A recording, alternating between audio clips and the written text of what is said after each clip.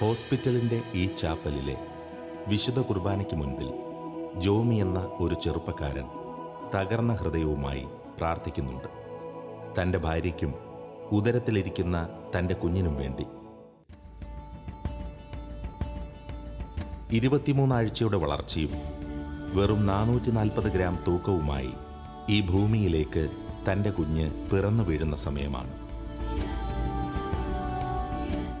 24 ആഴ്ചയ്ക്ക് മുൻപ് ജനിക്കുന്ന കുഞ്ഞുങ്ങൾ അതിജീവിച്ച സംഭവം ഈ ലോകത്ത് തന്നെ അപൂർവമാണ്.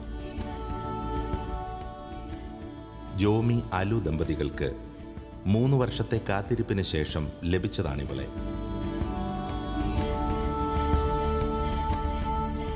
ഇത്ര വളരെ നേരത്തെയുള്ള ഒരു കുഞ്ഞിൻ്റെ ജനനം ഈ കാരിത്താസ് ഹോസ്പിറ്റലിൽ നടന്ന ആദ്യ സംഭവമാണ്. കേരളത്തിൽ ഇതിനു മുൻപ് ഇങ്ങനെയൊന്നും സംഭവിച്ചിട്ടില്ല. ഡോക്ടർമാർ പറയുന്നത് 24 ആഴ്ച പ്രായമുള്ള ഒരു കുഞ്ഞിനെ രക്ഷിച്ചെടുക്കുക ഒട്ടും എളുപ്പമല്ലെന്നാണ്. 5 മാസം പൂർത്തിയായതേയുള്ളൂ. അവയവങ്ങളൊന്നും പൂർണ്ണ വളർച്ച എത്തിയിട്ടില്ല. ഉള്ളം കൈയിൽ കൊള്ളാവുന്നത്ര വലിപ്പമേ ഇവൾ ജനിച്ചപ്പോഴുണ്ടായിരുന്നുള്ളൂ. അവിടെ നിന്നാണ് ഈ മിടുക്കിക്കുട്ടി ജീവിതത്തിലേക്ക് പിടിച്ചു കയറി വന്നത്. ദൈവം നൽകിയതിൻ്റെ ഓർമ്മയ്ക്കായി മാതാപിതാക്കൾ ഇവൾക്ക് ഒരു പേര് നൽകി, ഏഞ്ചൽ, ഞങ്ങളുടെ മാലാഖ കുട്ടി.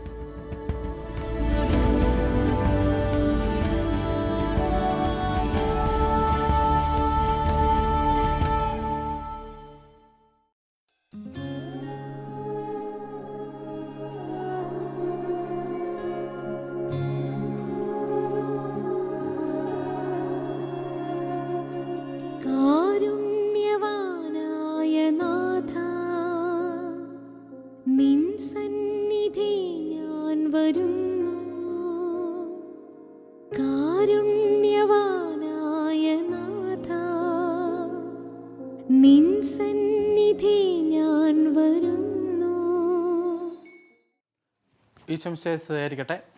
എൻ്റെ പേര് ജോമി. ഞാൻ കോട്ടയം ജില്ല കാഞ്ഞിരപ്പള്ളി സ്വദേശി. ഞങ്ങൾ കാഞ്ഞിരപ്പള്ളിക്ക് സമീപം പൊടിമറ്റം സെൻറ്റ് മേരീസ് ചർച്ച് ഇടവാങ്ങമാണ്. എൻ്റെ ജീവിത പങ്കാളിയുടെ പേര് അലു അൽഫോൽസ. അലു കുമ്മളി പുറ്റടി സ്വദേശിയാണ്. ഞങ്ങളുടെ വിവാഹം കഴിഞ്ഞിട്ട് ഏകദേശം 5 വർഷമാകുന്നു. എൻ്റെ മോളുടെ പേര് ഏഞ്ചൽ ജോമി. ഏഞ്ചൽ ജോമി ഇപ്പോൾ 1 വയസ്സിലേക്ക് എത്തുന്നു. ഏഞ്ചൽ ജനിച്ചിട്ട് 11 മാസം കഴിഞ്ഞിരിക്കുന്നു. എന്നാലും ഏഞ്ചലിൻ്റെ ജനിക്കേണ്ട യഥാർത്ഥത്തിൽ പ്രായം വെച്ച് നോക്കുകയാണെങ്കിൽ 7 മാസമേ പ്രായമുള്ളൂ. കാര്യം എന്തെന്ന് വെച്ചാൽ ഏഞ്ചൽ ജനിച്ചത് 4.5 മാസം മുന്നെയാണ്. അതായത് 23 ആഴ്ച, അതായത് 5.5 മാസത്തിലാണ് എൻ്റെ കുട്ടി ജനിക്കുകയുണ്ടായത്. കുട്ടി ജനിക്കുമ്പോൾ ഏകദേശം 440 ഗ്രാം ഭാരമേ ഉണ്ടായിരുന്നുള്ളൂ.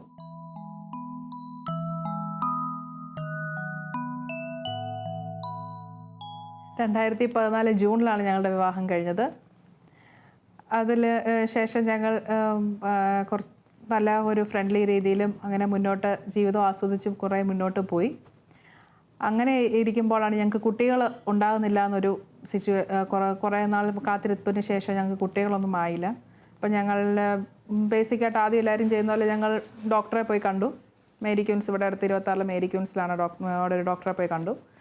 ഡോക്ടർ ചികിത്സിച്ചിട്ട് ഇത്രയല്ലേ ആയുള്ളൂ, കുഴപ്പമൊന്നുമില്ല, നിങ്ങൾ ചെറിയൊരു PCOD ലക്ഷണങ്ങൾ കാണുന്നുണ്ട്, മരുന്നുകൾ തുടർന്നാൽ മതി, മരുന്നിൻ്റെ ആവശ്യങ്ങളേ ഉള്ളൂ, അതിപ്പോൾ മരുന്ന് വേണമെന്നുമില്ല, നാച്ചുറലായിട്ട് പോട്ടെ എന്ന് ഡോക്ടർ പറഞ്ഞു. അങ്ങനെ ഞങ്ങൾ പിന്നെയും മുന്നോട്ട് പോയി പ്രാർത്ഥനയും ദൈവത്തിൽ ഞങ്ങൾ പ്രാർത്ഥന അർപ്പിച്ചു. പിന്നെയും മുന്നോട്ട് പോയി. ഒരു ഒന്നൊന്നര വർഷം അങ്ങനെ പിന്നെയും മുന്നോട്ട് ഫ്രണ്ടിലോട്ട് പോയിട്ട് ഞങ്ങൾക്ക് കുട്ടികളൊന്നുമില്ല. ഞങ്ങൾക്ക് ഭയങ്കര സങ്കടമായി. അങ്ങനെ ഇരിക്കുമ്പോൾ ഞങ്ങൾ ഡോക്ടർ മേരി മാർസിലസ് കിടങ്ങൂരിലുള്ള ഡോക്ടറെ കുറിച്ച് കേൾക്കുന്നത്. അപ്പോൾ ഡോക്ടറെ പോയി ഞങ്ങൾ കണ്ടു. ഡോക്ടറെ കണ്ടതിന് ശേഷം ഡോക്ടർ പറഞ്ഞു, ഞാനൊരു സ്കാനിങ്ങും അങ്ങനെയൊക്കെ നോക്കട്ടെ, ചികിത്സ, നിങ്ങൾ പ്രാർത്ഥനയാണ് നിങ്ങളുടെ മെയിന്, നിങ്ങൾ നല്ലോണം പ്രാർത്ഥിക്കുക. അങ്ങനെ ഡോക്ടർ ഉണ്ണീശോയുടെ പ്രാർത്ഥനകളും അങ്ങനെയൊക്കെ പ്രാർത്ഥനകൾ കുറേ തന്നു പ്രാർത്ഥിക്കാനും. പിന്നെ ഡോക്ടർ സ്കാൻ ചെയ്ത് നോക്കിയപ്പോൾ ഡോക്ടർ പറഞ്ഞത് സിസ്റ്ററിൻ്റെ ഓവറിൽ സിസ്റ്റ് ഉണ്ട്, അത് നല്ല രീതിക്കാണ് സിസ്റ്റ് ഇരിക്കുന്നത്, അത് പങ്ചർ ചെയ്ത് കളയണം. അതിനുശേഷം നിങ്ങൾക്ക് കൂടുതൽ ചാൻസ് ഉണ്ട്, ദൈവം അനുഗ്രഹിച്ച് പ്രാർത്ഥനയിലും നിങ്ങൾക്കാണെങ്കിൽ കൂടുതൽ കുട്ടികളുണ്ടാകാൻ കൂടുതൽ ചാൻസ് ഉണ്ട്. അങ്ങനെ ഞങ്ങൾ അങ്ങനെ എല്ലാവരും ആലോചിച്ച് ഞങ്ങൾ കീ ഹോൾ സർജറിക്ക് പ്രാർത്ഥിച്ച് ഒരുങ്ങി കീ ഹോൾ സർജറി ചെയ്തു. അത് സർജറി വിജയകരമായി പൂർത്തിയാക്കി ഒരാഴ്ചത്തെ റെസ്റ്റ് എനിക്ക് പറഞ്ഞിരുന്നത്. റെസ്റ്റിന് ശേഷം ഞങ്ങൾ പിന്നെയും പ്രാർത്ഥനയും എല്ലാം കുഞ്ഞിന് വേണ്ടി കാത്തിരുന്നു. ഇന്ന് എല്ലാ മാസവും ആശുപത്രിയിൽ അഡ്മിറ്റ് ആകുന്നു, നേരെ നിൽക്കാൻ പോലും പറ്റുന്നില്ല, പ്രഷർ ഡൗൺ ആകുന്നു, പ്രഷർ കൂടുന്നു, അങ്ങനെ വ്യത്യാസങ്ങൾ ഒത്തിരി കാണിക്കാൻ തുടങ്ങി. അപ്പോൾ പിന്നെയും ഞങ്ങൾ മേരി ക്യൂൻസിലാണ് പിന്നെ ഡോക്ടറെ കാണാൻ പോയത്. ആദ്യം കണ്ട ഡോക്ടറെ സ്കാൻ ചെയ്തിട്ട് പറഞ്ഞു ഒരു ഫൈബ്രോയിഡിൻ്റെ ലക്ഷണം കാണുന്നുണ്ട്, നിങ്ങൾ വേറെ കാരിത്താസിലോ ഭാരതിലോ എവിടെയെങ്കിലും ഒരു ഡോക്ടറെ പോയി കാണുക. കോട്ടയത്ത് നല്ലൊരു ഡോക്ടറെ പോയി കണ്ട് നല്ലോണം ഒന്നും കൂടെ സ്കാൻ ചെയ്ത് ഉറപ്പ് വരുത്തിയിട്ട് നിങ്ങൾ അതിനുള്ള ചികിത്സ എടുക്കണം എന്ന് പറഞ്ഞു. അപ്പോൾ അങ്ങനെയാണ് ഞങ്ങൾ ജോമിയുടെ ഫ്രണ്ട് വഴി കാരിത്താസിലെ ഡോക്ടർ റെജീനെ പോയി കാണുന്നത്. ഡോക്ടർ സ്കാൻ ചെയ്തിട്ട് പറഞ്ഞു അത്യാവശ്യം നല്ല മുഴുപ്പിലൊരു ഫൈബ്രോയിഡ് ഉണ്ട്. ആ ഫൈബ്രോയിഡ് ഉള്ളത് കൊണ്ട് കുട്ടികളുണ്ടാകുന്ന ചാൻസ് കുറവാണ്.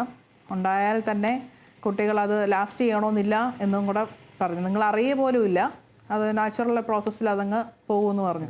എത്രയും പെട്ടെന്ന് ചികിത്സിക്കുക. ഡോക്ടർ പറഞ്ഞു ഡോക്ടർ ഇവിടെ ഫൈബ്രോയിഡിന് സർജറി ചെയ്യും, പക്ഷേ ഇതിൻ്റെ സൈസ് ഡോക്ടർക്ക് പറ്റിയല്ല, ഇത്തിരി മുഴുത്തതാണ്, അപ്പോൾ ഡോക്ടർ റിസ്ക് എടുക്കുന്നില്ല. ഇതിലും ചെയ്യാൻ നല്ല പരിചയമുള്ള ഡോക്ടറുടെ അടുത്തോട്ട് ഞാൻ വിടാം. ഡോക്ടറിൻ്റെ സീനിയറാണ്, ഡോക്ടറുടെ മെൻറ്ററാണ്. അങ്ങനെയാണ് ഞങ്ങൾ എറണാകുളം പോൾസ് ഹോസ്പിറ്റലിലേക്ക് പോകുന്നത്. അവിടെ ചെന്ന് ഡോക്ടർ അത് കൺഫേം ചെയ്തു, അത്യാവശ്യം നല്ല മുഴുപ്പിലുള്ളൊരു ഫൈബ്രോയിഡാണ്, എത്രയും പെട്ടെന്ന് റിമൂവ് ചെയ്യണം. 1-1.5 മാസത്തെ ഗ്യാപ്പ് പ്രശ്നമല്ല.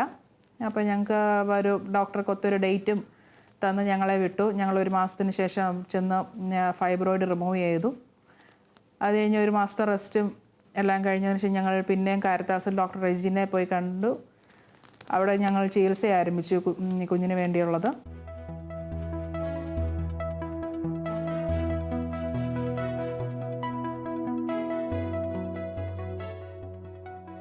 ഞാൻ doctor Reji, gynaecologist, Caritas hospital, Kottayam. കല്യാണം കഴിഞ്ഞ് 3 വർഷമായിട്ടും വിശേഷം ഉണ്ടാകാതെ ഇരുന്നൊരു പ്രോബ്ലം കൊണ്ടാണ് അലുവും ജോമിയും എൻ്റെ അടുത്ത് ചികിത്സ തേടിയെത്തിയത്. അലുവിന് പോളിസിസ്റ്റിക് ഓവറിയുടെ കംപ്ലയിൻറ്റ് ഉള്ളതുകൊണ്ട് പീരീഡ്സിന് കറക്റ്റായിട്ടൊന്നും വരത്തില്ലായിരുന്നു. അപ്പോൾ ഞാൻ കുറച്ച് ഓവുലേഷനുള്ള മരുന്ന് കൊടുത്ത് 2ാമത്തെ മാസം പുള്ളിക്കാരത്തി പ്രഗ്നൻ്റായി. അതിനുശേഷം ബാക്കി നമ്മുടെ അടുത്ത് ട്രീറ്റ്മെൻറ്റുകൾ ഇങ്ങനെ പ്രഗ്നൻസിയുടെ ട്രീറ്റ്മെൻറ്റുകൾ ഇങ്ങനെ എടുത്തുകൊണ്ടിരിക്കുകയായിരുന്നു. പോളിസിസ്റ്റിക് ഓവറി ഉള്ളതുകൊണ്ടും കുറച്ച് റിസ്ക് ഫാക്ടേഴ്സ് ഉള്ളതുകൊണ്ടും ഞാൻ 3ാം മാസത്തിൽ പ്രസവം നേരത്തെ ആകേണ്ടത് കരുതി ഒരു സ്റ്റിച്ച് ഗർഭാശയമുഖത്തിട്ടായിരുന്നു. അതിനുശേഷം അനുവിൻ്റെ തുടർച്ചയായ ചെക്കപ്പുകളിലൊന്നും വലിയ കാര്യമായിട്ടുള്ള പ്രശ്നങ്ങളും ആരോഗ്യ പ്രശ്നങ്ങളൊന്നും കണ്ടിരുന്നില്ലായിരുന്നു. നമ്മൾ 5ാം മാസത്തിൽ ഡീറ്റെയിൽഡ് സ്കാൻ ചെയ്തപ്പോഴും ബേബി എല്ലാം പെർഫെക്റ്റ്ലി നോർമലായിരുന്നു. ഇങ്ങനെ 5-6 മാസത്തെ ട്രീറ്റ്മെൻറ്റിന് ശേഷം അങ്ങനെ യാദൃശികമായിട്ടാണ് ഞാൻ പ്രഗ്നൻ്റ് ആണെന്ന് ഒക്ടോബറിൽ ഞങ്ങൾ അറിയുന്നത്.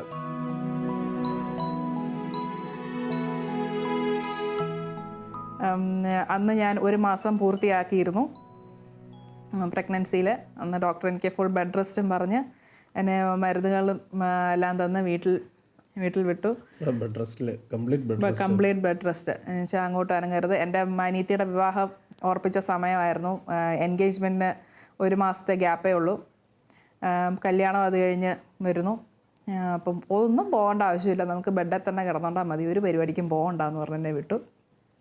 അങ്ങനെയാണ് ഞാൻ പിന്നെ ഫുൾ ബെഡ് റെസ്റ്റിലായിരുന്നു. പിന്നെ 2 മാസത്തെ കുഴപ്പമില്ലാന്ന് കണ്ടു കഴിഞ്ഞപ്പോൾ എൻ്റെ ആഗ്രഹപ്രകാരമാണ് എന്നെ എൻ്റെ വീട്ടിലേക്ക് അണക്കരയിൽ പുറ്റടിയിലേക്ക് എൻ്റെ അനിയത്തിയുടെ എൻഗേജ്മെൻറ്റിന് വിടുന്നത്. അന്ന് എൻഗേജ്മെൻറ്റിന് പോയി. പിന്നെ ഒരു പരിപാടിക്കും എന്നോട് ചോദിച്ചേക്കരുത് എന്ന് അന്നേ പറഞ്ഞിരുന്നു. എൻ്റെ എല്ലാ കാര്യങ്ങളും ഞാൻ ഉപദേശം സ്വീകരിക്കുന്ന എൻ്റെ ഒരു ഗുരുനാഥനുണ്ട്. അദ്ദേഹം അച്ഛനും കൂടെയാണ്. കുട്ടിക്കാനം മെരീൻ കോളേജിൻ്റെ മാനേജറായ ജെയിംസ് കോഴിമലയാണ്. ഞാൻ അദ്ദേഹത്തിനോട് ചെന്ന കാര്യങ്ങൾ പറഞ്ഞു, അച്ഛാ ഇന്ന പോലെയാണ് സംഭവങ്ങൾ, ജീവിത പങ്കാളി ഗർഭിണിയാണ്. അപ്പോൾ എന്നോട് പറഞ്ഞു വളരെ ശക്തമായിട്ട് പ്രാർത്ഥിക്കണം, എന്തോ ഒരു അപകടം നിന്നെ കാത്തിരിക്കുന്നു എന്നുള്ളൊരു സൂചന അദ്ദേഹം പ്രാർത്ഥിച്ച ശേഷം എന്നോട് പറയുകയുണ്ടായി. അദ്ദേഹം പറഞ്ഞ വാക്കുകൾക്ക് യഥാർത്ഥത്തിൽ അത്ര വില കൊടുത്തിട്ടില്ല എന്നുള്ള എൻ്റെ ഭാഗത്തു നിന്ന് സംഭവിച്ചൊരു പോരായ്മയാണ്. അപ്പോഴാണ് അപ്രതീക്ഷിതമായി 2018 ഫെബ്രുവരി 19-ാം തീയതി ഞാൻ കോട്ടയത്ത് ജോലിക്ക് നിൽക്കുമ്പോൾ എൻ്റെ ജീവിത പങ്കാളി വിളിക്കുന്നു, പറഞ്ഞിരുന്നു ഫ്ലൂയിഡ് പോയതായിട്ട് സംശയിക്കുന്നു. ഞാൻ അടിയന്തരമായിട്ട് കോട്ടയത്ത് നിന്ന് കാഞ്ഞിരപ്പള്ളിയിലേക്ക് വരികയും അവിടുന്ന് കാരിത്താസ് ഹോസ്പിറ്റലിലേക്ക് എൻ്റെ ജീവിത പങ്കാളി ഞാൻ കൊണ്ടുപോവുകയും ചെയ്തിരുന്നു. പക്ഷേ 22 ആഴ്ച ഫ്ലൂയിഡ് പോയി കഴിഞ്ഞപ്പോഴത്തേക്ക് അതിനെ സ്കാൻ ചെയ്തപ്പോൾ യൂട്രസിൻ്റെ അകത്ത് തീരെ ഫ്ലൂയിഡൊന്നും കാണാത്ത ഒരു അവസ്ഥയായിരുന്നു. കൂടാതെ യൂറിനറി ഇൻഫെക്ഷൻ, ബ്ലഡിലും ഇൻഫെക്ഷൻ ഉണ്ടായിരുന്നു. ആൻറ്റിബയോട്ടിക്സും ഇൻഫെക്ഷൻ വരാതിരിക്കും ബേബിക്ക് പ്രശ്നമുള്ള ഇഞ്ചക്ഷനും മരുന്നുകളും എല്ലാം കൊടുത്തിട്ടും ഫ്ലൂയിഡിൻ്റെ അളവ് കൂടാത്ത കാരണം 23 ആഴ്ചപ്പോൾ അലുവിനെ മരുന്ന് കൊടുത്ത് പ്രസവിപ്പിക്കാൻ തീരുമാനിക്കുകയായിരുന്നു ചെയ്തത്. പക്ഷേ ഈ 440 ഗ്രാം വെയിറ്റുള്ള കുട്ടികൾ ലോകത്ത് തന്നെ ജനിച്ചു കഴിഞ്ഞാൽ തന്നെ അതിൻ്റെ ഒരു സർവൈവൽ, ദാറ്റ് മീൻസ് അതിനെ കിട്ടുമോ ഇല്ലോ എന്നുള്ളത് നമുക്ക് ഡെഫിനറ്റായിട്ട് പറയാൻ പറ്റത്തില്ലായിരുന്നു. ഫൈനൽ സ്കാനിങ്ങിൽ നടത്തിയപ്പം ഏകദേശം 550 ഗ്രാം കൊച്ചിന് തൂക്കമുള്ളതായിട്ടാണ് ഈ സ്കാനിങ്ങിൽ കാണുന്നത്. ഡോക്ടേഴ്സിൻ്റെ ഒപ്പീനിയൻ പ്രകാരം ഈ കുഞ്ഞ് ജീവിക്കാൻ സാധ്യതയില്ല. അത് 23 ആഴ്ച വളരെ കുറവ് പ്രായമാവുള്ളൂ. അതുകൊണ്ട് ആ കുഞ്ഞിനെ എടുക്കണ്ട എന്നുള്ളൊരു ഒപ്പീനിയനാണ് ഡോക്ടർമാർ, പ്രത്യേകിച്ച് റെജി ഡോക്ടർ ഉൾപ്പെടെയുള്ളവർ നമ്മളോട് പറയുന്നത്. എന്നിരുന്നാലും ഫ്ലൂയിഡ് കൂടാൻ വേണ്ടിയിട്ട് നമുക്ക് ദൈവത്തിനെ പ്രാർത്ഥിച്ചുകൊണ്ട് ഫ്ലൂയിഡ് കൂടാൻ വേണ്ടിയിട്ട് ഇഞ്ചക്ഷൻ ഇട്ടിട്ട് 3-4 ദിവസം നോക്കാമെന്ന് അലുവിൻ്റെ ഹസ്ബൻഡിനോട് പറഞ്ഞു. അപ്പോൾ ആ രീതിയിൽ ഇൻഫെക്ഷനുള്ള ട്രീറ്റ്മെൻറ്റും ഫ്ലൂയിഡ് കൂടാൻ വേണ്ടി ഡ്രിപ്പ് ഇട്ടുകയും ചെയ്തു. 2-3 ദിവസം കഴിഞ്ഞിട്ടും ഫ്ലൂയിഡിൻ്റെ അളവിൽ കാര്യമായിട്ടുള്ള ഇമ്പ്രൂവ്മെൻ്റ് ഒന്നും വന്നില്ല. ഫ്ലൂയിഡ് പിന്നെ ലീക്ക് ആയിക്കൊണ്ടിരിക്കുകയായിരുന്നു ചെയ്തിരുന്നത്. അതോടൊപ്പം തന്നെ ബ്ലഡിനകത്ത് അലുവിൻ്റെ കൗണ്ട് കൂടുന്ന ഒരവസ്ഥയുമായിരുന്നു ഉണ്ടായിരുന്നത്. ആ ഒരു അവസ്ഥയിൽ നമ്മൾക്ക് ഈ പ്രഗ്നൻസീനെ മുന്നോട്ട് പോയി കഴിഞ്ഞാൽ അലുവിൻ്റെ ജീവന് തന്നെ അപകടത്തിലാകാവുന്ന ഒരു കണ്ടീഷൻ വേണേ ഉണ്ടാകുമായിരുന്നു. അപ്പോൾ അലുവിൻ്റെ ഹസ്ബൻഡുമായിട്ട് ഡിസ്കസ് ചെയ്ത് ഓപ്ഷൻസ് കൊടുത്തു. ഒന്നുകിൽ നമുക്ക് ഡെലിവറി ആക്കാം, അല്ലെങ്കിൽ നിങ്ങൾ വേറെ ഏതെങ്കിലും ഹയർ സെൻറ്ററിലോട്ട് പോയിട്ട് ഒപ്പീനിയൻ ചോദിക്കുക. അപ്പോൾ ഹസ്ബൻഡ് പല സ്ഥലങ്ങളിലും ഒപ്പീനിയൻ ചോദിച്ചപ്പോൾ അവിടെ നിന്നും ഒരു ഫേവറബിൾ ആയിട്ടുള്ളൊരു മറുപടി അല്ല ലഭിച്ചത്. 3 വർഷം കൂടി കിട്ടുന്ന ഒരു കുഞ്ഞ്, ആശിച്ചു മോഹിച്ച് കിട്ടുന്ന കുഞ്ഞിനെ കളയുക എന്നുള്ളത് ഞങ്ങൾക്ക് ഒരിക്കലും ചിന്തിക്കാൻ പറ്റുന്ന സംഭവമല്ലായിരുന്നു. ഞങ്ങൾ ആ കുഞ്ഞിനെ എന്ത് വില കൊടുത്തും എങ്ങനെയും സേവ് ചെയ്തെടുക്കുക എന്നുള്ളതായിരുന്നു ഞങ്ങളുടെ ലക്ഷ്യം. അതിലേക്കായിട്ടുള്ള എല്ലാ ചികിത്സാ നടപടികളും ഞങ്ങൾ തുടരുന്നതിന് വേണ്ടി തീരുമാനമെടുത്തു. പലരും ഞങ്ങളെ ഡോക്ടർമാരായിട്ടും സുഹൃത്തുക്കളായിട്ടും പലരും ഞങ്ങളോട് പറഞ്ഞു, കുഞ്ഞിനെ ഉപേക്ഷിക്കുക, കുഞ്ഞിനെ ജീവിതത്തിലേക്ക് കിട്ടാൻ സാധ്യതയില്ല, നിങ്ങൾ എന്തിനു പൈസ കളയുന്നു. ഞങ്ങളോട് കുഞ്ഞിനെ കാര്യത്തിൽ എതിര് പറഞ്ഞവരോട് ഞാൻ അവരെ കുറ്റപ്പെടുന്നില്ല. കാര്യം എന്തെന്ന് വെച്ചാൽ 23 ആഴ്ച അഥവാ 5.5 മാസം പ്രായമുള്ള ഒരു കുഞ്ഞ്, അതും ഉണ്ടായപ്പം 440 ഗ്രാമുള്ള ഒരു കുഞ്ഞ് ജീവിതത്തിലേക്ക് എത്തിയ സംഭവം ലോകത്ത് ചരിത്രത്തിൽ അങ്ങനെ കണ്ടിട്ടില്ല. അത് നമ്മൾ മെഡിക്കൽ ജേണൽസോ അല്ലെങ്കിൽ മറ്റ് നെറ്റിലോ ഒക്കെ നോക്കുമ്പോൾ ഇത്തരത്തിലുള്ളൊരു സംഭവം റിപ്പോർട്ട് ചെയ്യപ്പെട്ടിട്ടില്ല. അതുകൊണ്ട് തന്നെ എല്ലാവരും ആ തീരുമാനത്തെ പിന്തുണയ്ക്കാൻ സാധ്യതയില്ല എന്നുള്ളത് ഞങ്ങൾക്ക് സ്പഷ്ടമായിരുന്നു. എങ്കിലും ഞങ്ങൾ ഉറച്ച വിശ്വാസത്തോടുകൂടി വിശുദ്ധ കുർബാനയിൽ കാഴ്ച വെക്കുമ്പോൾ കാസായാലും പീലാസായാലും എൻ്റെ കുഞ്ഞിൻ്റെ കാര്യം ഞാൻ സമർപ്പിച്ച് പ്രത്യേകമായിട്ട് പ്രാർത്ഥിച്ചിരുന്നു.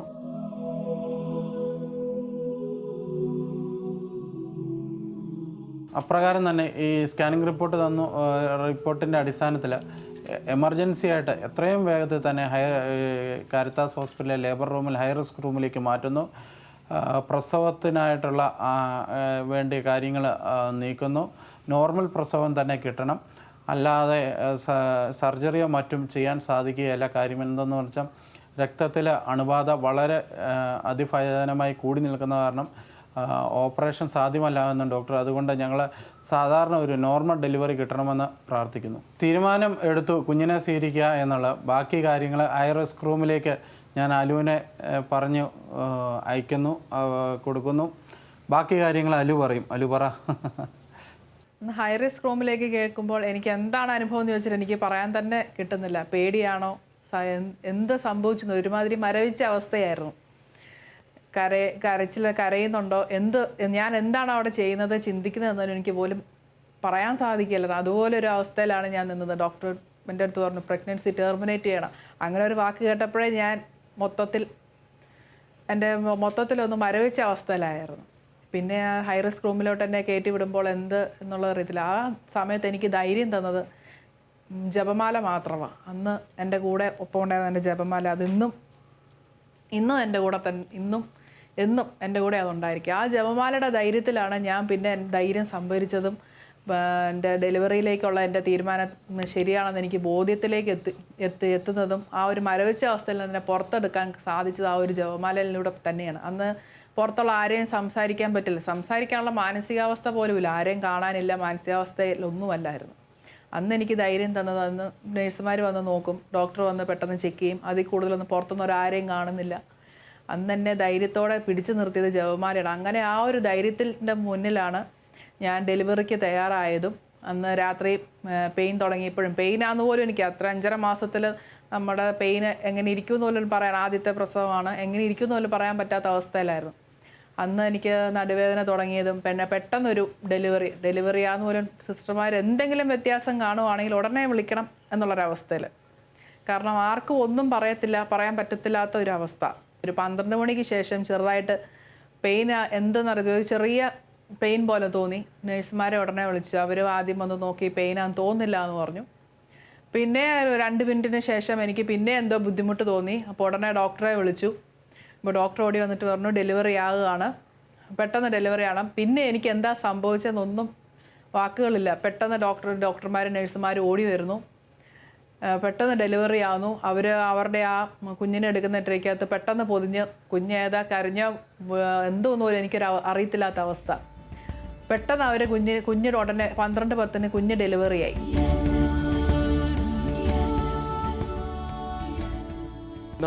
gram വെയിറ്റുള്ള ഒരു കൊച്ച് സർവൈവ് ചെയ്യാൻ തന്നെ ഭയങ്കര പാടായിട്ടാണ് കണ്ടുവരുന്നത്. കൊച്ചിനെ ആദ്യം തന്നെ സ്വന്തമായിട്ട് ശ്വാസോച്ഛ്വാസം ഒന്നും ഇല്ലാത്തതുകൊണ്ട് അതിന് വെന്റിലേറ്റർ സപ്പോർട്ട് കൊടുത്ത് 2-3 ദിവസം വെന്റിലേറ്റർ സപ്പോർട്ട് കൊടുത്തു.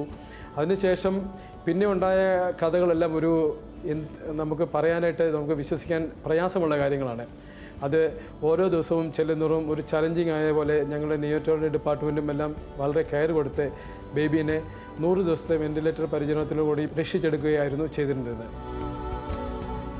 എന്നാ ഡോക്ടർ എനിക്കുണ്ടായെന്ന് വെച്ചാൽ ഡോക്ടർക്ക് പറയാൻ പോലും പറയില്ല. ഡോക്ടർ പറഞ്ഞു കുഞ്ഞിന് എന്നാ പറ്റി, കുഞ്ഞ് കരഞ്ഞു, ജീവനോടെ ഉണ്ട് എന്ന് ഡോക്ടർ പറഞ്ഞപ്പോൾ എനിക്കൊരു ആശ്വാസമായി. അത് സന്തോഷമായിരുന്നു. കുഞ്ഞിനെ കിട്ടില്ല, ജീവനോടെ പുറത്തുനിന്ന് വരുമെന്ന് ഡോക്ടർമാർക്ക് പോലും ആർക്കും ഉറപ്പ് പറയാൻ പറ്റത്തില്ലാത്തൊരവസ്ഥ. എന്നുവെച്ചാൽ എന്ത് സംഭവിക്കാം. കുഞ്ഞ് വന്ന് കരഞ്ഞു എന്ന് കേട്ട് കഴിഞ്ഞപ്പോൾ ഒരു ആശ്വാസം. അപ്പോൾ ഡോക്ടർ പറഞ്ഞു കരഞ്ഞു, കുഞ്ഞ് കുഞ്ഞിനൊരു കുഴപ്പമില്ല, കരഞ്ഞു, അത് തന്നെ ഒരു സന്തോഷം, നല്ല സിംറ്റമാണ്. ആ സമയത്ത് ഞാൻ ദൈവമേ മാതാവ് എന്നെ കാത്തോളണേ എന്ന് പറഞ്ഞോളൂ. എൻ്റെ കുഞ്ഞിനെ കാത്തോളണേ, നന്ദി ദൈവമേ എന്ന ഒറ്റ വാക്കാണ് പറഞ്ഞത്. പിന്നെ ഡോക്ടർ പറഞ്ഞു ഞാൻ പോയി ചോദിച്ചിട്ട് വരാം കുഞ്ഞിനെന്ത് സംഭവിച്ചു, എന്നാ കുഞ്ഞാന്ന്. അവിടെ ഉണ്ടായിരുന്ന ഡെലിവറി റൂമിൽ നിന്ന് നേഴ്സുമാർക്ക് ആർക്കും അറിയത്തില്ല. അവർ കുഞ്ഞിനെ എടുത്തുകൊണ്ട് ഓടുക മാത്രമേ ചെയ്തുള്ളൂ. അത് കഴിഞ്ഞിട്ട് അവർ പോയി അന്വേഷിച്ച് വന്നിട്ട് പറഞ്ഞു പെൺകുഞ്ഞാണ്, കുഞ്ഞ് കരഞ്ഞു, കുഴപ്പമൊന്നുമില്ല, 440 ഗ്രാം എന്നും കൂടെ പറഞ്ഞു.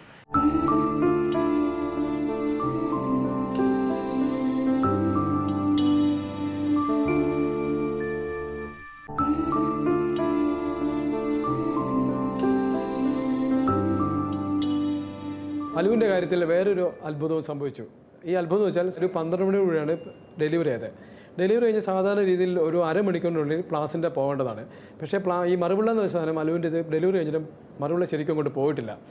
എന്നെ ഏകദേശം ഒരു 3 മണിയോടുകൂടി വിളിച്ചു. ലേബർ റൂമിൽ നിന്ന് കോൾ ഉണ്ടായിരുന്നു. ഞാൻ ലേബർ റൂമിൽ ചെന്നു. എന്നിട്ടും പ്ലാസിന് വരുമെന്ന് നോക്കിയിട്ടും വരുന്നില്ല.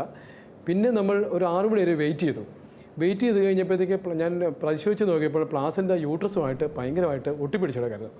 ആ ഒരു അവസ്ഥ അമ്മയുടെ കണ്ടീഷൻ വളരെ മോശമാക്കുന്ന ഒരു അവസ്ഥയാണ്. ഞാൻ ദൈവത്തിനോട് പ്രാർത്ഥിച്ച് പ്ലാസിൻ്റെ ഒരു ഉപകരണം വെച്ച് പതുക്കെ ക്ലീൻ ചെയ്ത് എടുക്കുകയായിരുന്നു ചെയ്തത്. അത്ഭുതം എന്ന് പറയട്ടെ, ആ പ്ലാസിൻ്റെ മുഴുവൻ പോരുകയും ബ്ലീഡിങ് ആണെങ്കിൽ കാര്യമായിട്ട് ഉണ്ടാവുകയും ചെയ്തിരുന്നില്ല. സാധാരണ ഇങ്ങനെയുള്ള കേസുകളിൽ നമ്മൾ ഡെലിവറിക്ക് ശേഷം തിയേറ്ററിലും മറ്റും കൊണ്ടുപോയി പ്ലാസിൻ്റെ എടുക്കേണ്ട ഒരു അവസ്ഥ ഉണ്ടാകേണ്ടതായിരുന്നു. പക്ഷേ അലുവിൻ്റെ കാര്യത്തിൽ ഇതൊരു ഭയങ്കര ഒരു മിറക്കിളായിട്ടാണ് എനിക്ക് തോന്നുന്നത്. അതോടൊപ്പം തന്നെ പ്ലാസിൻ്റെ യൂട്രസുമായിട്ട് ഭയങ്കരമായിട്ട് ഒട്ടിപ്പിടിച്ചിരിക്കുന്ന ഒരു അവസ്ഥ വരുമായിരുന്നെങ്കിൽ അലുവിൻ്റെ ഗർഭാശയം തന്നെ റിമൂവ് ചെയ്യേണ്ട ഒരു അവസ്ഥയും കൂടി ഉണ്ടാകുമായിരുന്നു. പക്ഷേ ദൈവം അതിൽ നിന്നെല്ലാം നമ്മളെ രക്ഷിച്ചെടുക്കുകയായിരുന്നു ചെയ്തത്.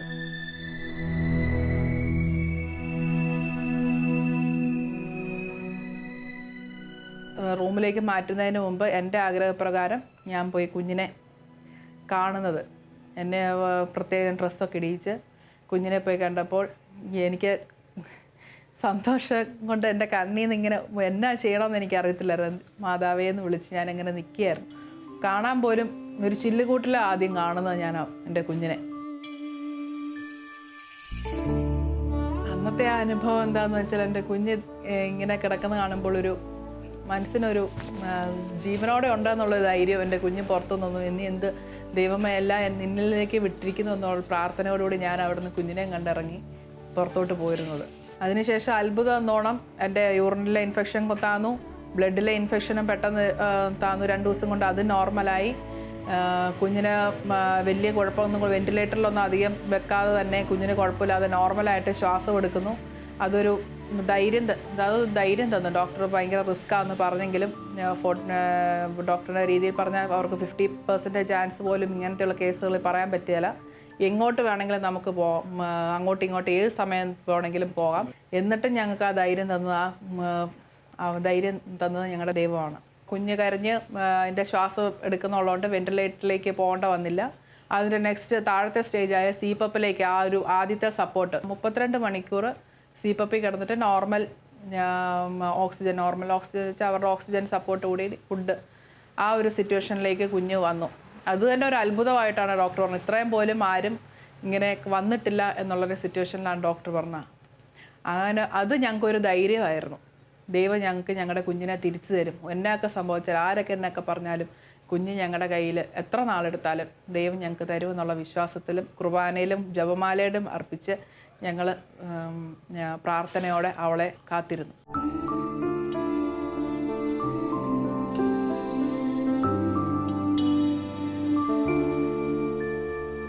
ഞാൻ സിസ്റ്റർ മേരി ചേറ്റുവളം. ഞാൻ കാരിത്താസ് സെക്കുലർ ഇൻസ്റ്റിറ്റ്യൂട്ടിലെ ഒരു അംഗമാണ്. അതോടൊപ്പം തന്നെ കാരിത്താസ് ഹോസ്പിറ്റൽ ഗൈനിക് ഡിപ്പാർട്ട്മെൻറ്റിലെ സൂപ്പർവൈസറും കൂടിയാണ്. ഞങ്ങൾക്ക് 500 ഗ്രാമിൽ താഴെ ഇതുവരെ കുട്ടികളെ ഞങ്ങൾ കയറി വരുന്നത് കണ്ടിട്ടില്ല. ഇത് ആദ്യത്തെ സംഭവമാണ്. 440 ഗ്രാമായിരുന്നു. അതുകൊണ്ട് തന്നെ ഞങ്ങൾക്കും ജോമി സാറിനോടൊരു ഉറപ്പ് പറയാനായിട്ട് പറ്റുന്നില്ലായിരുന്നു.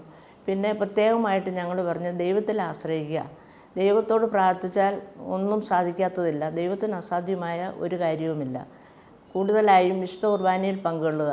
അത് ഭക്തിയോടെ നമ്മൾ പങ്കുകൊണ്ട് വിശുദ്ധ കുർബാന സ്വീകരിച്ച് നമ്മൾ കുഞ്ഞിനെ രക്ഷിക്കുന്നതിന് വേണ്ടി നമ്മൾ പ്രാർത്ഥിക്കുക. ജോമി അത്രയ്ക്ക് തകർന്ന ഒരു ഹൃദയത്തോടു കൂടിയായിരുന്നു വിശുദ്ധ കുർബാനയിൽ പങ്കുകൊണ്ടതും വിശുദ്ധ കുർബാന സ്വീകരിച്ചതും അതുപോലെ അവിടെ കൈവരിച്ചു നിന്ന എല്ലാ പ്രാർത്ഥനകളും ചൊല്ലിയതും. അത് എല്ലാ ആൾക്കാരും കാണുകയും അവരുടെ ഹൃദയം നുറുങ്ങി ഈ ജോമിക്കും ഈ കുഞ്ഞിനും വേണ്ടി പ്രത്യേകമായി പ്രാർത്ഥിക്കുകയും ചെയ്തു.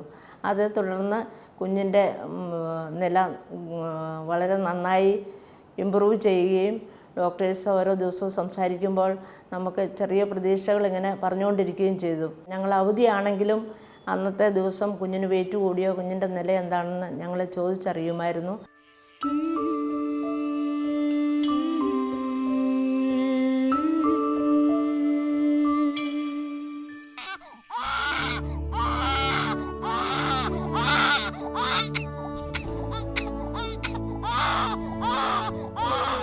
മാസം കാത്തിരുന്നു. അതിനിടയ്ക്ക് ചെറിയ വേരിയേഷൻസ് ഒക്കെ കാണിച്ചെങ്കിലും അവൾ പൂർണ്ണ ആരോഗ്യവതിയായിട്ട് 3 മാസത്തിന് ശേഷം ഞങ്ങൾക്ക് കുഞ്ഞിനെ കയ്യിലോട്ട് ദൈവം തന്നു. വിണ്ണിൻ താരകം കണ്ണു ചിമ്മി മണ്ണിന്നോമലാം നീ പിറന്നു. വിണ്ണിൻ താരകം കണ്ണു ചിമ്മി മണ്ണിന്നോമലാം നീ പിറന്നു. നിലാവിൻ്റെ നെഞ്ചിലെ സ്വപ്നമായി അമ്മയ്ക്കു താരാട്ടിനീണമായി. നിലാവിൻ്റെ നെഞ്ചിലെ സ്വപ്നമായി അമ്മയ്ക്കു താരാട്ടിനീണമായി. ആരീരാരീരോ ആരാരിരോ ആരീരാരീരോ ആരാരിരോ. ജനനം ഫെബ്രുവരി 27. അത് വെച്ച് നോക്കുമ്പോൾ 1 വയസ്സാകുന്നു.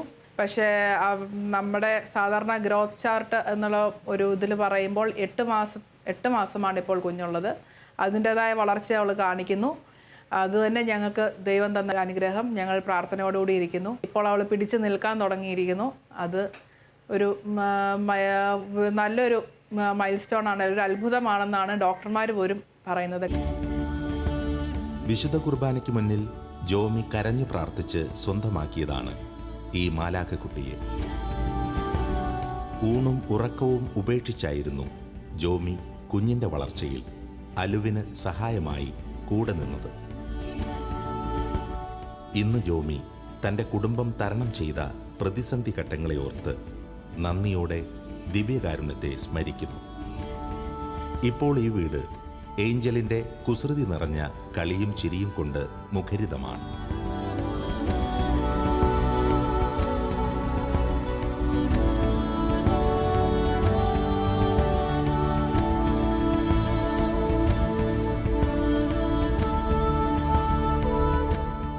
ഏഞ്ചലിൻ്റെ ഏറ്റവും വലിയ ഫ്രണ്ട്സ് ആരാണെന്ന് ചോദിച്ചാൽ ജോമിയും അലുവും ഒരുപോലെ പറയും അത് അവളുടെ വല്യപ്പനും വല്യമ്മയുമാണെന്ന്.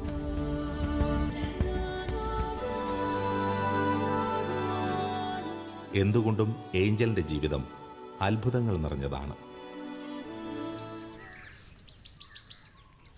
മരുന്നല്ല ലേപനം ഒന്നുമല്ല, സുഖമാക്കും എപ്പോഴും നിൻ വചനം. കഥനങ്ങൾ തിങ്ങിയ മനസ്സുകളിൽ സാന്ത്വനമേകുവാൻ കൃപയേകണമേ. അഭിഷേകം ചെയ്യൂ ഗുരു, എന്നെ അങ്ങേതായി മാറ്റൂ ഗുരു. ജോമി ജോമി ജോമി നോക്കി ഇവളെന്നാ ചെയ്യുന്നത്? സ്റ്റെപ്പ് കയറാം. നീ സ്റ്റെപ്പ് കയറാൻ തുടങ്ങിയോ? കൊള്ളാലോ. ഡോക്ടറെ അന്ന് നമ്മളോട് പറഞ്ഞില്ലേ ഇവിടെ വളർച്ചയെല്ലാം കറക്റ്റാണ്, നല്ല പോസിറ്റീവ് സൈൻ കൂടെയാണ് ഇവളുടെ വളർച്ച പോകുന്നതെന്ന്. ദൈവം നമ്മുടെ പ്രാർത്ഥന കേട്ടു അല്ലേ ജോമി? തീർച്ചയായിട്ടും തീർച്ചയായിട്ടും ദൈവം വിശുദ്ധ കുർബാനയിലൂടെ നമ്മുടെ പ്രാർത്ഥന കേട്ടിരിക്കുന്നു. അഭിഷേകം ചെയ്യൂ ഗുരു, എന്നെ അങ്ങേതായി മാറ്റൂ ഗുരു. അഭിഷേകം ചെയ്യൂ ഗുരു, എന്നെ അങ്ങേതായി മാറ്റൂ ഗുരു.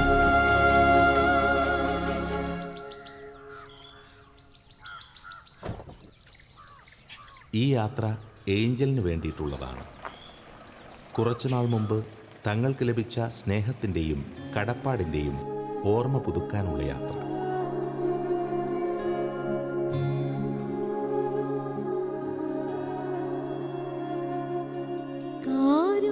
കാരുണ്യവാനായ നാഥ,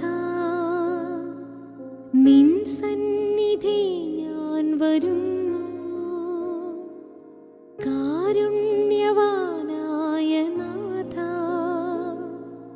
നിൻ സന്നിധി ഞാൻ വരുന്നു. ഏഞ്ചൽ ഞങ്ങളുടെ മാലാഹ കുട്ടിയാണ്. കാരിത്താസ് ആശുപത്രിയെ സംബന്ധിച്ചോളം ഒത്തിരിയേറെ സന്തോഷം നൽകുന്ന വസ്തുതയാണ് ഈ ഒരു കുഞ്ഞിൻ്റെ ജന്മം. ഒത്തിരിയേറെ ആളുകളുടെ പ്രാർത്ഥനയുടെയും അവരുടെയൊക്കെ വലിയ നന്മയുടെയും ഫലമായിട്ടാണ് ഏഞ്ചൽ ഇന്ന് നല്ലൊരു കുട്ടിയായിട്ട് ഇന്ന് ജനിച്ചു വളർന്ന് തൻ്റെ മാതാപിതാക്കളോടൊപ്പം മുന്നോട്ട് പോയിക്കൊണ്ടിരിക്കുക. വിശിഷ്യ ജോമിയുടെ പ്രാർത്ഥന ദൈനംദിനം ദേവാലയത്തിൽ വന്ന് കൈവരിച്ച് പ്രാർത്ഥിച്ചതിൻ്റെ ഫലമായി ലഭിച്ച ഈ കുഞ്ഞ് ഏറെ അഭിമാനവും സന്തോഷവും നൽകുന്ന വസ്തുതയായിട്ട് ലോകമെല്ലാവരും അംഗീകരിക്കപ്പെടുന്നു. കാരിത്താസ് ആശുപത്രിയെ സംബന്ധിച്ചിടത്തോളം കഴിഞ്ഞ 57 വർഷക്കാലത്തെ ചരിത്രത്തിനിടയിൽ ഇതുപോലുള്ള മറ്റ് സംഭവങ്ങളൊക്കെ ഉണ്ടായിട്ടുണ്ടെങ്കിൽ പോലും രോഗചികിത്സയിലുമായി ബന്ധപ്പെട്ട് സർജറിയൊക്കെ കഴിഞ്ഞ് അനേകം ആളുകൾ രക്ഷപ്പെട്ടിട്ടുണ്ടെങ്കിലും ഏറ്റവും വ്യത്യസ്തമായ രീതിയിൽ മറ്റൊരു തലത്തിലേക്ക് ഉയർത്തപ്പെട്ട ഒരു കാര്യമാണ് ഏഞ്ചലിൻ്റെ ജനനം. ആ ഒരു ജനനത്തെ ഞങ്ങൾ അഭിമാനത്തോടെ കാണുന്നു. ഏഞ്ചലിൻ്റെ ജന്മം തന്നെ കാരിത്താസ് ആശുപത്രിയിലെ ഡോക്ടേഴ്സിൻ്റെയും നഴ്സുമാരുടെയും ഇതര ശുശ്രൂഷയിൽപ്പെട്ട മറ്റാളുകളുടെയും ഒക്കെ പ്രാർത്ഥനയുടെയും കഠിനാധ്വാനത്തിൻ്റെയും ഫലമാണ് എന്ന കാര്യത്തിൽ യാതൊരു സംശയവുമില്ല.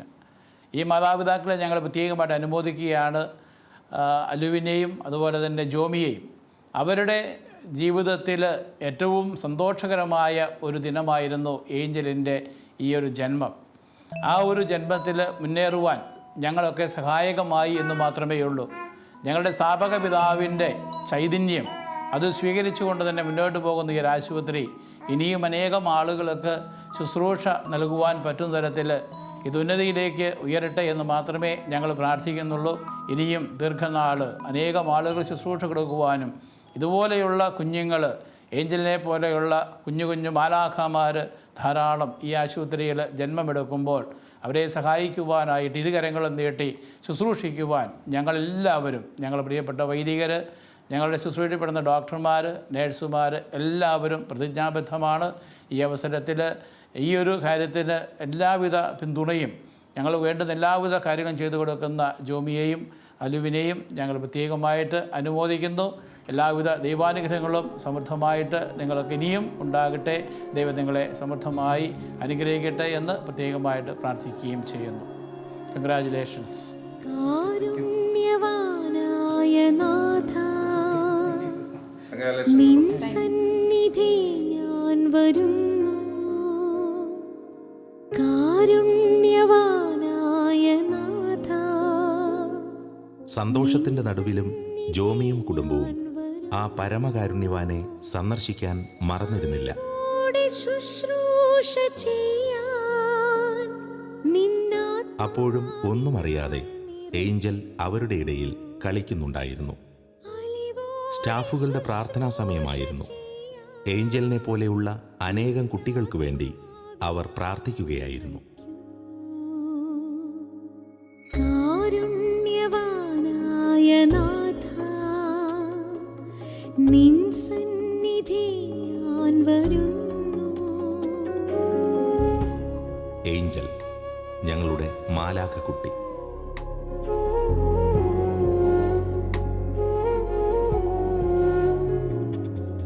മരുന്നല്ല, ലേപനം ഒന്നുമല്ല, സുഖമാക്കും എപ്പോഴും നിൻ വചനം. കഥനങ്ങൾ തിങ്ങിയ മനസ്സുകളിൽ സാന്ത്വനമേകുവാൻ കൃപയേകണമേ. അഭിഷേകം ചെയ്യൂ ഗുരു, എന്നെ അങ്ങേതായി മാറ്റൂ ഗുരു. അഭിഷേകം ചെയ്യൂ